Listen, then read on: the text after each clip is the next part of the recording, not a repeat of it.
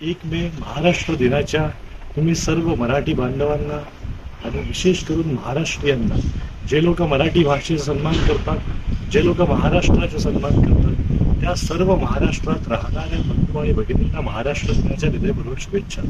आज महाभारती बहुउद्देशीय राष्ट्रीय संसदेतर्फे आम्ही कामगारांच्या न्याय हक्कासाठी, आज 1 मे महाराष्ट्र दिनासोबत आपला कामगार दिवस आहे, त्या कामगारांच्या न्याय आणि हक्कासाठी आपण महाभारती कामगार कक्षची स्थापना करतोय.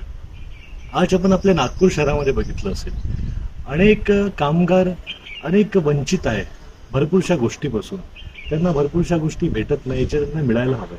अनेक कामगारांवरती अत्याचार आपल्या शहरामध्ये होतोय आणि त्यासाठी आपण भरपूर लोकांना बघितलंय, काही लोक कामगारांचा वापर करतात. म्हणजे कामगारांकडून त्यांच्या नावाने काही तुम्ही काही करणं, म्हणजे आंदोलन असो किंवा कोणाला एकाला टार्गेट करून नाही बोलतो, प्रत्येकासाठी काय. म्हणजे हे राजकारणी लोक कसे असतात, यांची जर सत्ता असली हे लोक आंदोलन त्याच्या विरोध करत नाहीत. हे जर विरोधात असले तेव्हा हे लोक आंदोलन आणि हे ते करतात. आणि मग जेव्हा हे लोक सत्तेत येतात आणि तेव्हा देखील आपल्या या कामगारांवरती अन्याय होतो, तेव्हा हे लोक गप्प बसतात. म्हणून कामगारांना आपण योग्य पद्धतीत राजकारणात तिथे कुठेही येऊ द्यायचं नाही कामगारांसाठी. आणि कामगारांकडून ही अपेक्षा नाही ठेवायची की एखाद्या कामगाराला तुम्ही त्या कामावरती लावून दिलं, त्याच्या घरच्या लोकांना काही लावून दिलं आणि मग तो आपल्या कामात आला पाहिजे. अशा वापर करणाऱ्या लोकांपासून त्यांना दूर ठेवण्याकरिता आपण महाभारती कामगार कक्षाची स्थापना केली.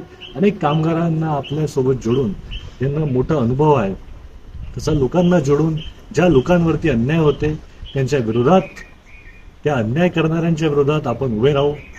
पुन्हा एकदा तुम्हा सर्वांना कामगार दिनाच्या व महाराष्ट्र दिनाच्या शुभेच्छा.